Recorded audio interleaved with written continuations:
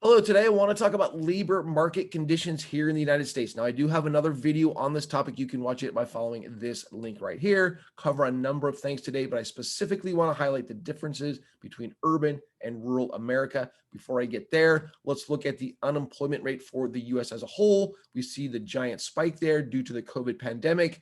In May, we saw a number of 5.5%. That has been revised to 5.8. Now in June, we're seeing a slight uptick to 5.9%. Now, that is not to say that that's what it's like everywhere in the United States. So let's look at some state data. Now, so again, we saw 5.9 here in the US as a whole, but there are 11 states where the unemployment rate is below 4%. That's considered the full employment rate.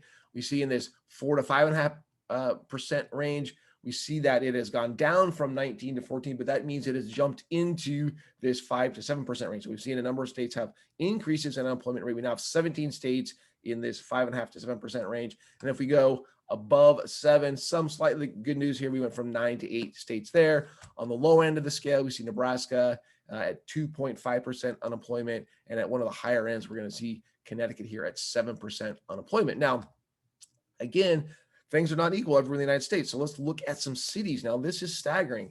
In the US, we see a 5.9% unemployment rate, but in New York, Los Angeles, Chicago, we're seeing some really big unemployment numbers.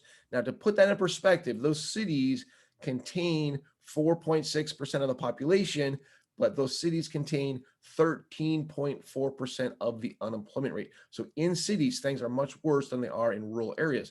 Now, and this is really the case, not just in those cities, but across the country where we're seeing lower unemployment rates in rural areas and higher unemployment rates in urban areas. And that's highlighted by those 3 cities. Now, I believe this is a case of 2 things going on here, right? So in the cities, we got these big office buildings and people are still working from home. So all of the business, restaurants and things of that nature that are associated from working in the office, those are not getting the business. They're not needing the employees. The other thing is we're seeing obviously a drop in tourism, people from abroad, people internally not wanting to travel to these cities. So these cities that have these extra dynamics to their economy, those things are not back, and that's what's driving this.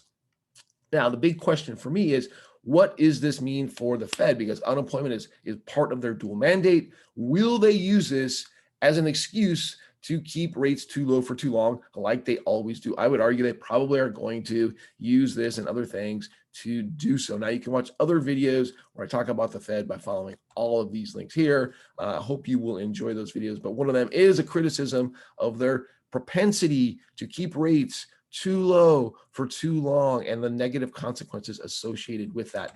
That's it for today. Happy trading out there. I hope you enjoyed that. I'm Brian Kozlowski. Thanks so much.